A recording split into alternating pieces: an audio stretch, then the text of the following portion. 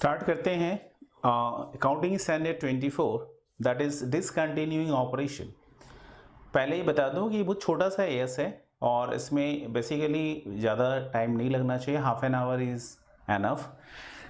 देखूंगा कि इतना देर लग रहा है बट ज़्यादा लंबा नहीं टलने वाला है। ये छोटा सा वीडियो बनेगा। AS24 एक छोटा सा है। अपने AS24 में क्या करने वाले हैं उसकी बात करते हैं। As a name says discontinuing operation, discontinued भी नहीं, डिसकंटिन्यूइंग ऑपरेशन मतलब कि वो ऑपरेशन जो कि डिसकंटिन्यू करने का अपने फैसला ले लिए, अभी डिसकंटिन्यूड हुआ नहीं है, चला तो रहे but that will be stop immediately. तो यदि हम लोग बात करें कि अकाउंटिंग स्टैंडर्ड 24 आपसे बस इतने के ही बारे में बात करने वाला है कि आपका डिसकंटिन्यूइंग ऑपरेशन होता क्या है, नंबर 1, एंड नंबर 2 आपका डिसकंटिन्यूइंग ऑपरेशन का आपको रिलेटेड इंफॉर्मेशन क्या सबमिट करना है। इसका आपका principles had been laid down in accounting standard 24 कि आपको क्या क्या इंफॉर्मेशन उससे रिलेटेड बता देना है, और डेफिनेशन ऑफ डिसकंटिन्यूइंग ऑपरेशन क्या है। ये ही आपका पूरा AS24 इतना ही है। AS24 इज टॉकिंग अबाउट कि यदि किसी एंटिटी या ऑर्गेनाइजेशन या बिजनेस ने या एंटरप्राइज ने डिसीजन ले लिया कि वो अपना एक पर्टिकुलर बिजनेस सेगमेंट या बिजनेस ज्योग्राफिकल सेगमेंट, याद होगा ये अकाउंटिंग स्टैंडर्ड 17 हम लोगों ने पढ़ा था कि अकाउंटिंग स्टैंडर्ड 17 था सेगमेंट रिपोर्टिंग के लिए। तो अल्टीमेटली यदि कोई बिजनेस सेगमेंट, और बिजनेस सेगमेंट का मतलब होता है प्रोडक्ट और सर्विसेज जिसका रिस्क एंड रिटर्न सेम नहीं होता है, उसके बेसिस पर हम लोग जब सेग्रीगेट करते हैं तो प्रोडक्ट एंड सर्विसेज, जैसे ITC का एग्जांपल आपको ध्यान होगा कि इंडियन टोबैको कंपनी के 4 सेगमेंट थे। तो उसी पॉइंट ऑफ व्यू से अपने बात करें तो या तो बिजनेस सेगमेंट या तो आपका ज्योग्राफिकल सेगमेंट, यदि उसको डिसकंटिन्यू करने का, यदि उनमें से कोई एक प्रोडक्ट और सर्विस को डिसकंटिन्यू कर रहे हैं या कोई एक ज्योग्राफिकल लोकेशन को अपने डिसकंटिन्यू कर रहे हैं, तो for that you have to give the disclosure part. तो केवल अपने बोल सकते हैं कि लाइक अकाउंटिंग स्टैंडर्ड 20 जहां पर आपको सिर्फ डिस्क्लोजर करना था, you no need to do any accounting treatment, just आपको वहां पर डिस्क्लोजर करके शो करना था, वैसे ही अकाउंटिंग स्टैंडर्ड 24 भी डिस्क्लोजर से रिलेटेड है। यहाँ पर भी आपको केवल डिस्क्लोजर करना है। सेगमेंट रिपोर्टिंग भी डिस्क्लोजर ही था, आप वहाँ पे कोई अकाउंटिंग ट्रीटमेंट नहीं करते थे, वहाँ पर आप डिस्क्लोजर डालते थे कि पर्टिकुलर सेगमेंट का क्या रेवेन्यू है और क्या कॉस्ट है और क्या रिजल्ट है, क्या एसेट्स है, क्या लाइबिलिटीज है, ये बात का आप डिस्क्लोजर डालते थे AS17 में। जस्ट लाइक दैट यहाँ पर भी आपको क्या करना है, रिलेटेड टू डिसकंटिन्यूइंग ऑपरेशंस क्या डालना है आप समझ चुके होंगे, अब तक आपको आइडिया आ गया होगा क्योंकि ये कंटिन्यूटी में कर रहे हैं आप, तो एक आइडिया आ गया होगा। ओके, यहाँ पर हमें क्या करना है, एक ऑपरेशन या एक प्रोडक्ट या एक सर्विस या एक ज्योग्राफिकल लोकेशन जो कि बिजनेस कंटिन्यू कर रहा था, now the company the management decided to discontinue such operation, और उससे रिलेटेड हमें क्या करना है, उससे रिलेटेड रेवेन्यू दिखाना है, उससे रिलेटेड एसेट्स दिखाने हैं, उसके अपने जो डिसकंटिन्यूइंग ऑपरेशन के इनकम जो कंटिन्यूइंग ऑपरेशन में इंक्लूडेड है उसको आपको सेग्रीगेट करके दिखाने हैं। और यदि फ्यूचर आगे जाकर यदि उसके डिसकंटिन्यूइंग ऑपरेशंस के एसेट्स या लायबिलिटीज को आप सेटल करते हो और उसके ऊपर जो प्रॉफिट और गेन्स होता है, उस प्रॉफिट या गेन्स या लॉस जो भी हो रहा है उसको आप डिस्क्लोज करेंगे in the books of account. यही है AS24 that is discontinuing operation. तो बस आपको केवल और केवल इस, मतलब मैं सीधा बोल सकता हूँ एग्जाम में क्या आएगा, तो एग्जाम में सीधा आएगा कि आपका डिसकंटिन्यूइंग ऑपरेशन का डेफिनेशन क्या है, क्योंकि डिसकंटिन्यूइंग ऑपरेशन किसको कहते हैं, उससे रिलेटेड इनिशियल डिस्क्लोजर क्या है ये आपको बताना है, और इससे ज़्यादा तो कुछ है ही नहीं, सम्स तो करना नहीं है आपको। यहाँ पर कोई बोलेंगे स्पेसिफिक फॉर्मेट है कि कैसे प्रेजेंट करना है, तो that specific format was not specified, ठीक है ना, इन द अकाउंटिंग स्टैंडर्ड 24 कोई फॉर्मेट को स्पेसिफाइड नहीं कर रखा है। जैसे सेगमेंट रिपोर्टिंग में आप देखे होंगे कि ऐसे ऐसे प्रेजेंट डिस्क्लोजर डालना है, रिपोर्टिंग कैसे करना है, that was there in AS17, but यहाँ पर रिपोर्टिंग कैसे करना है that was not there, specified format नहीं है कि आपको इसी फॉर्मेट में इसे प्रेजेंट करना है। दैट्स वाई बहुत ही सिंपल AS है, ये हाफ एन आवर से ज़्यादा लगना ही नहीं चाहिए इसे, और आपका सिर्फ डेफिनेशंस पे ही फोकस होना चाहिए। डेफिनेशंस आपने समझ लिया तो डिसकंटिन्यूइंग ऑपरेशन आपको इजीली आ जाएगा। अब हम लोग बात करेंगे कि एक एक करके पॉइंट वाइज चलते हैं कि इसके अंदर में है क्या। तो इसके अंदर में अब हम लोग सबसे पहले AS24 में क्या अपने को इंफॉर्मेशन प्रेजेंट करने को कहा गया है, ठीक है ना। सो लिखेंगे AS24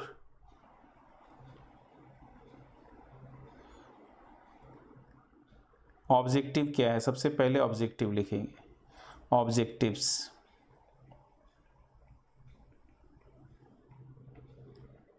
इसका ऑब्जेक्टिव क्या है, तो ऑब्जेक्टिव्स में आ जाएगा AS24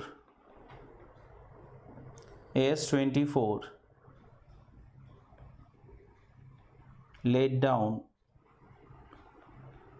principles for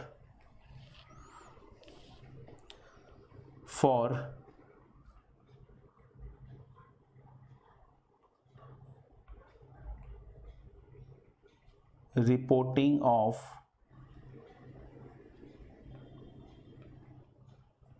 discontinuing operation by an enterprise। ये मैंडेटरी है जिसके लिए भी है, यदि डिसकंटिन्यूइंग ऑपरेशन है, so this is mandatory, it is mandatory, it is mandatory for discontinuing operation, for discontinuing operation, discontinuing operation के लिए ये मैंडेटरी है। तो यहाँ पर आपको ये चीज़ ऐसा नहीं है कि आप ऑप्शनल है, आपका मन हुआ तो आप डिसकंटिन्यूइंग ऑपरेशंस के बारे में रिपोर्ट करेंगे या नहीं करेंगे, आपका मन का बात नहीं है। यदि डिसकंटिन्यू करने का आपने डिसीजन ले लिया है तो आपको यहाँ पर रिपोर्ट करना पड़ेगा। इससे होता क्या है, by reporting about discontinuing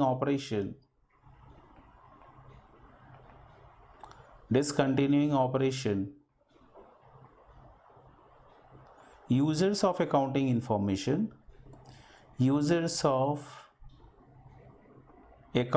information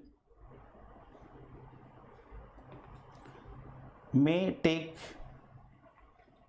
decision on more informed basis,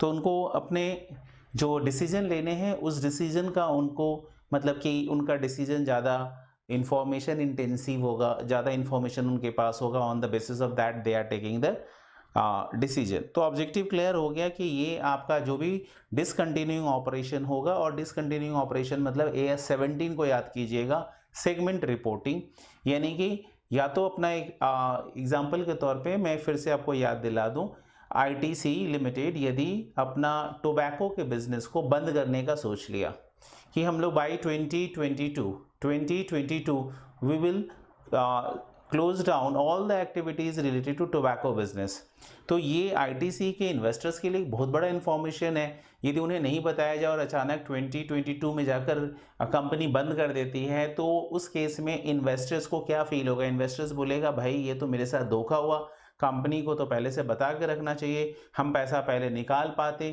तो दैट्स वाई यदि ऐसा कोई भी डिसीजन ले रही है कंपनी कि वो डिसकंटिन्यू करेगी एक पर्टिकुलर अपना प्रोडक्ट को या सर्विसेज को या पर्टिकुलर ज्योग्राफिकल लोकेशन को, so that should be inform to the users so that the users of accounting information can take the relevant decision, और वो अपने इन्वेस्टमेंट को पहले खाली करना चाहे तो खाली भी कर सकते हैं। So that's why that segment reporting is मतलब is mandatory and at the same time is important, and at the same time discontinuing operation reporting is also important because यहाँ से भी उन्हें इंफॉर्मेशन मिल जाता है कि ओके ये वाला सेगमेंट से इसे। अब देखो यहाँ पे कैसे फ़ायदेमंद है, आप इंफॉर्मेशन देखो मैं लेता हूँ, यदि मान लो 4 सेगमेंट है A B C and D किसी ऑर्गेनाइजेशन के 4 सेगमेंट हैं और यहाँ से है प्रॉफिट 100 करोड़ का, यहाँ पर है 200 करोड़ का, यहाँ पर है 300 करोड़ का और यहाँ पर है 150 करोड़ का लॉस।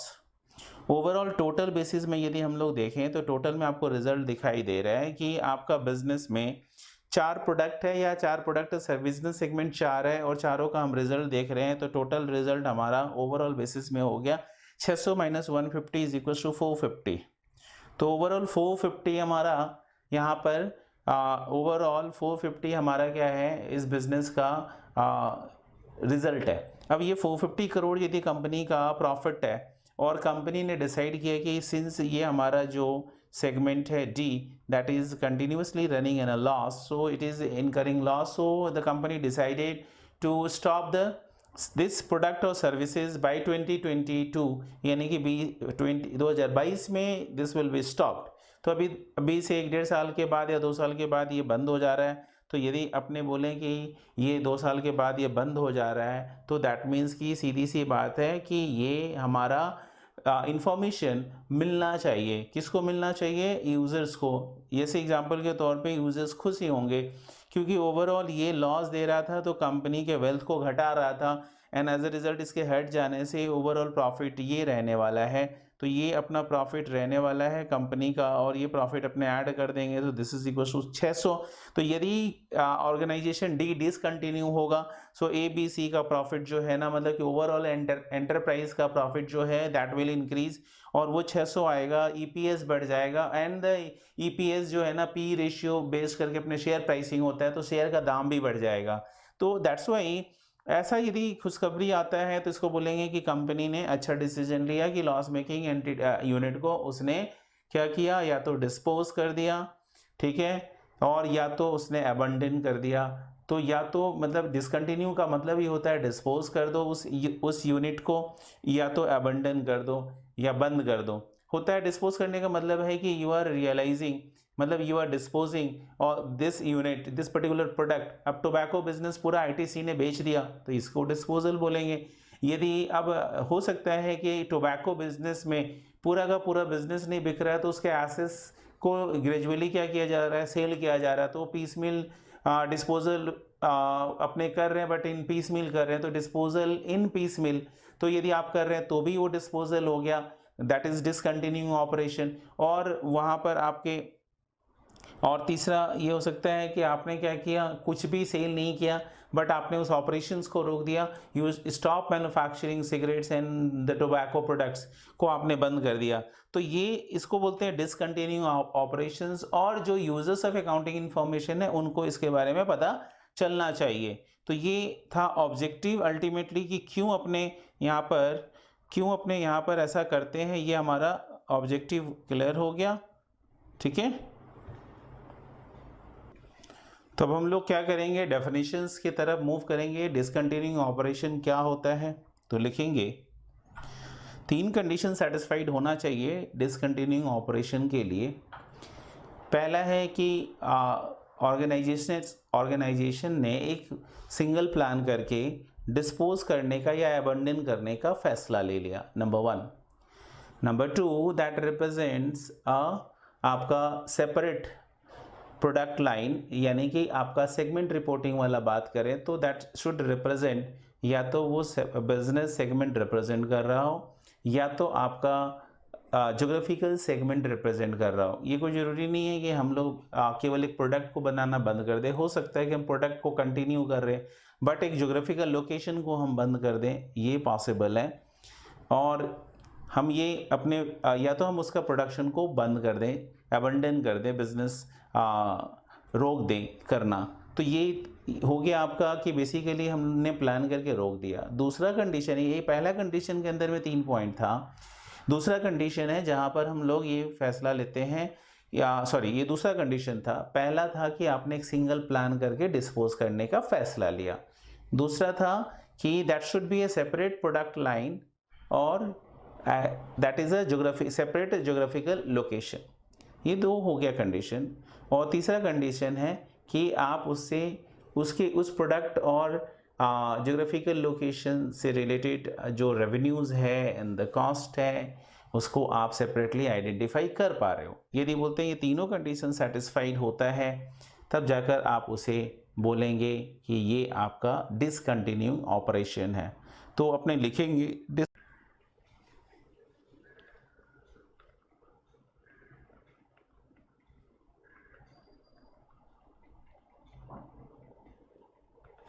तो discontinuing operation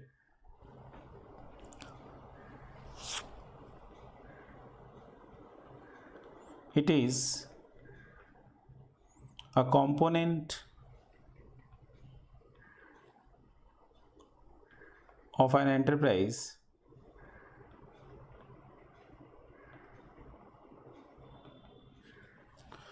discontinuing operation is a component of an enterprise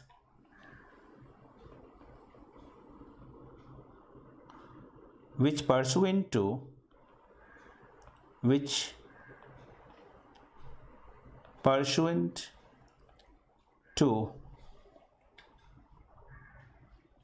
single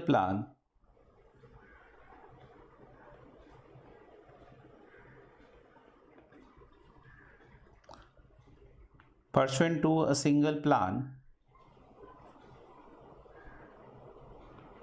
disposed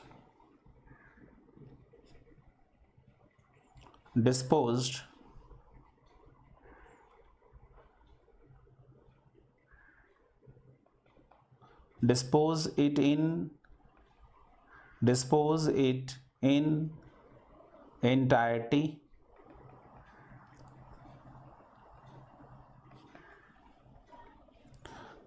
अब पूरे के पूरे डिस्पोज इट इन इंटायरिटी का मतलब हो गया कि आप पूरा का पूरा बिजनेस उठाकर किसी से बेच दिए।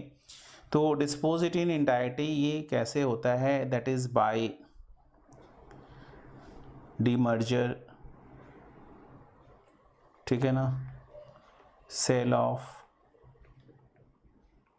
एटसेट्रा। नंबर बी, ये पहला है, पहले के अंदर में 3 पॉइंट आ रहा है। Dispose it entirety by demerger, disposed in piecemeal, disposed in piecemeal का मतलब हो गया कि आप इंस्टॉलमेंट में बेच रहे हैं। तीसरा नंबर,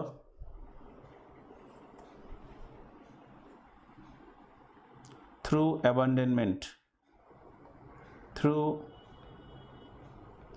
अबंडनमेंट, यानी कि आप उस बिजनेस को रोक दिए।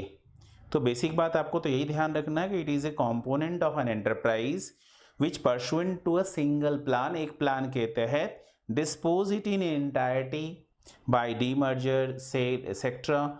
और डिस्पोज इन पीसमिल ऐसा भी हो सकता है कि अब हम लोग बेचने का फैसला तो कर लिए और इंस्टॉलमेंट में करके बेचेंगे, इंस्टॉलमेंट में रियलाइज़ करेंगे, जैसे कि आपका अनिल अंबानी वाला आरकॉम को इंस्टॉलमेंट में बेचा जा रहा है। और थ्रू अबंडनमेंट, यानी कि हमें एसेट्स बेचने की ज़रूरत नहीं है, but we will not continue such activity, हम लोग उस एक्टिविटी को रोक रहे हैं।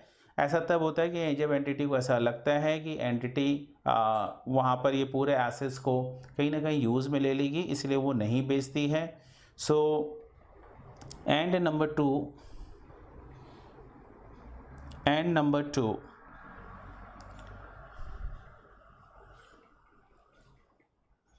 अब पहला तो हो गया कि ये एक साथ बेच रहे हैं, दूसरा हो गया कि अपने वहाँ पर उसका क्या हो सकता है, सेपरेट प्रोडक्ट लाइन हो या ज्योग्राफिकल लोकेशन सेपरेट होना चाहिए। सो लिखेंगे number 2, it is a separate product line, जिसे अपने बिजनेस सेगमेंट बोलते हैं, ध्यान रखिएगा, business segment. It is separate product line और जियोग्राफिकल सेगमेंट, यानी कि दूसरा चीज़ है कि वो आपका सेपरेट हो सके। यदि मान लेते हैं कि यदि सेपरेशन पॉसिबल नहीं हो, अब एक ही मशीन से सिगरेट भी बन रहा हो और उसी मशीन में शैम्पू भी बन रहा हो, तो आप सिगरेट का एक एग्जांपल ले रहे, बनता नहीं है। यदि आप एग्जांपल ऐसा ले रहे हो कि उसी मशीन से दो चीज़ प्रोसेस हो रहा है, तो उस केस में आप अल्टीमेटली यदि सिगरेट का ऑपरेशन बंद कर देंगे तो ये थोड़ी है कि आप मशीन को बेच पाओगे या उस प्लांट को खाली कर पाओगे, बिकॉज वो प्लांट तो शैम्पू बनाने में भी यूज़ हो रहा है, दैट्स वाई आप उस प्लांट को सेल नहीं कर पाओगे। सो वो आपका सेपरेट प्रोडक्ट लाइन नहीं हुआ। यहाँ पर ये बात बोल रहा है कि वो सेपरेट प्रोडक्ट लाइन होना चाहिए, या तो वो सेपरेट ज्योग्राफिकल आपका सेगमेंट होना चाहिए, यानी कि सेपरेट बिजनेस लाइन हो या तो आपका प्रोडक्ट लाइन हो, बिजनेस सेगमेंट हो या तो प्रोडक्ट सेगमेंट, ये ज्योग्राफिकल सेगमेंट हो। एंड तीसरा नंबर है कंडीशंस कि आप उस सेगमेंट से रिलेटेड जो उसका ऑपरेटिंग कॉस्ट है, मतलब कि जो भी उसका रेवेन्यू है, कॉस्ट है, आप डिटरमिन कर पा रहे हो।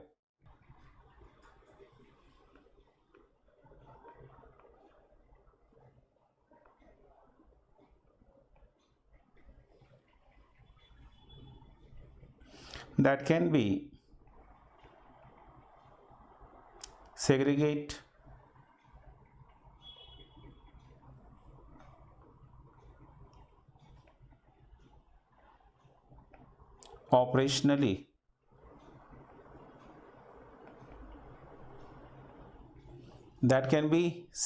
operationally and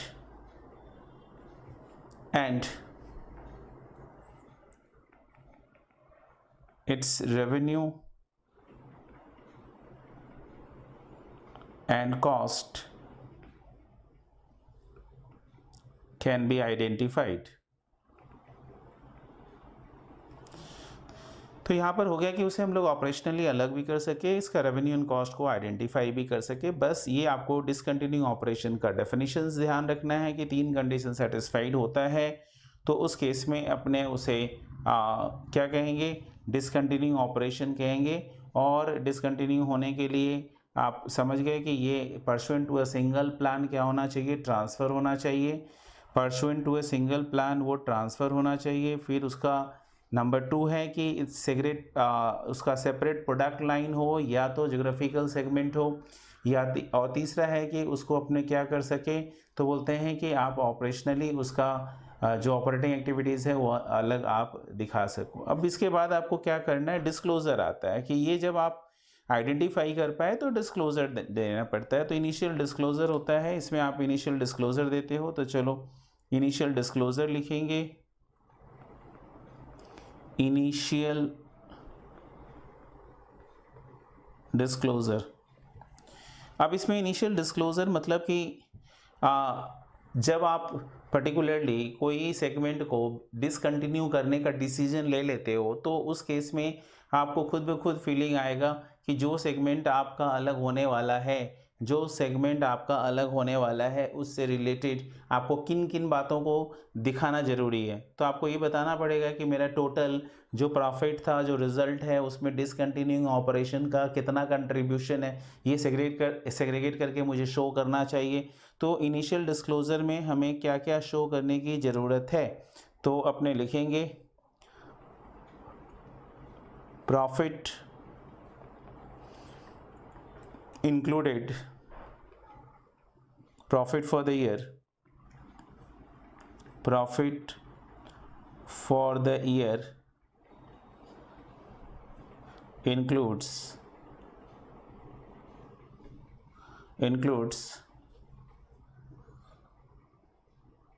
from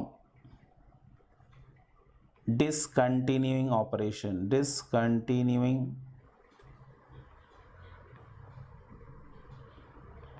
operation. Number 2 क्या दिखाएंगे, तो बोलते हैं कि डिसकंटिन्यूइंग ऑपरेशन आपने कब इनिशिएट किया, तो डेट ऑफ इनिशिएशन।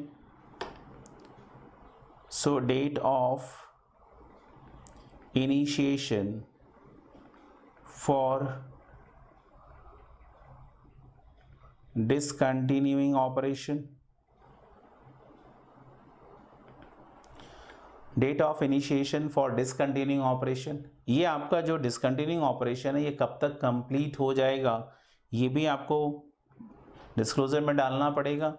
तो expected expected date for completion of discontinuation plan, completion of discontinuation plan। आपका जो प्लान है कि आप डिसकंटिन्यू करेंगे वो कब तक कंप्लीट हो जाने का चांसेस है।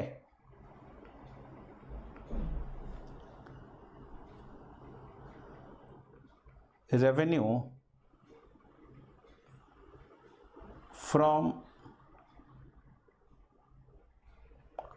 discontinuing operation,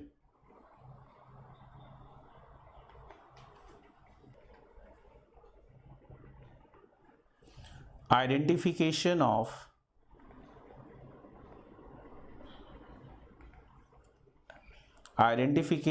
assets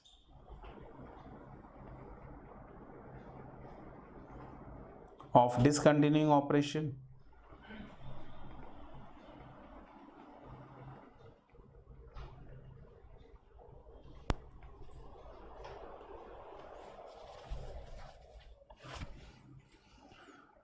ठीक है। मेथड ऑफ डिस्पोजल, अपने किस तरीके से डिस्पोज करेंगे वो भी, तो मेथड ऑफ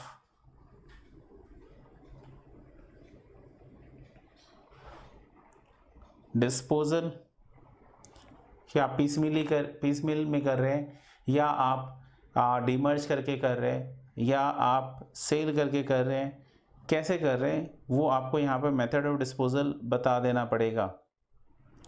तो ये आपका इनिशियल डिस्क्लोज़र हो जाता है कि आपका इनिशियली ये सब चीज़ों को डिस्क्लोज़ करना पड़ता है। एंड सब्सिक्वेंट पीरियड में क्या करना पड़ता है, यदि कोई एसेट्स सब्सिक्वेंटली आप बेचते हो तो उसका प्रॉफिट और लॉस को डिस्क्लोज़ करना पड़ता है। तो सब्सिक्वेंट डिस्क्लोज़र क्या है, सब्सिक्वेंट डिस्क्लोज़र, यदि सब्सिक्वेंट डिस्क्लोज़र की बात करें तो इसके अंदर में क्या आ जाएगा, तो बोलते हैं सब्सिक्वेंट डिस्क्लोज़र में आएगा इफ़ रिव्यू करना पड़ता है, review of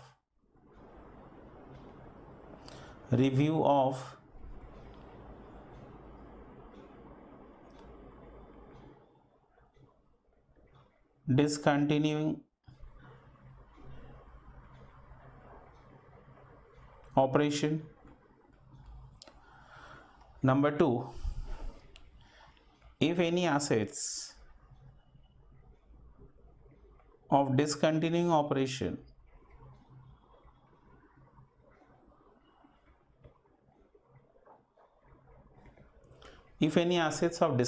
operation disposed, then related profit or loss on disposal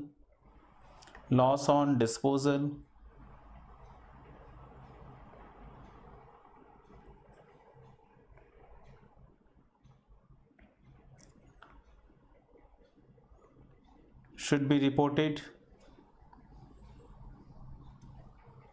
profit or loss on disposal should be reported। Liabilities यदि सेटल होगा, if any liabilities of discontinuing operation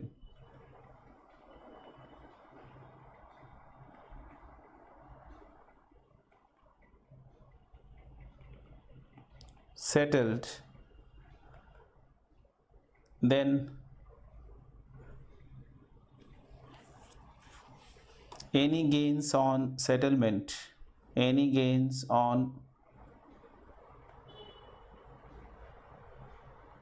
settlement should be reported।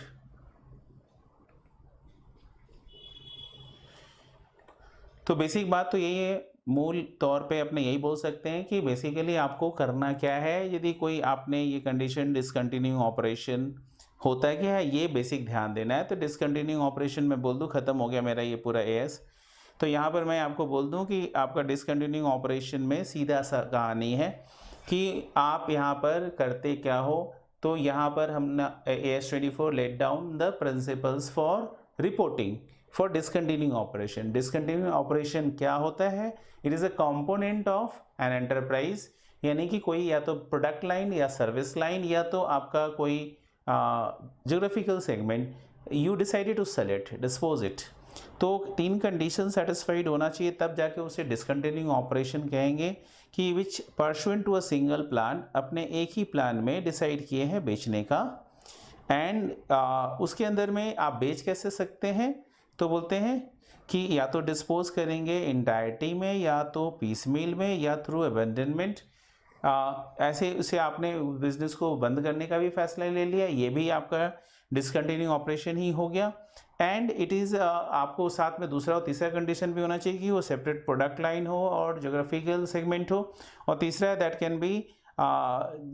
Can be segregated operationally and its revenue और cost can be identified।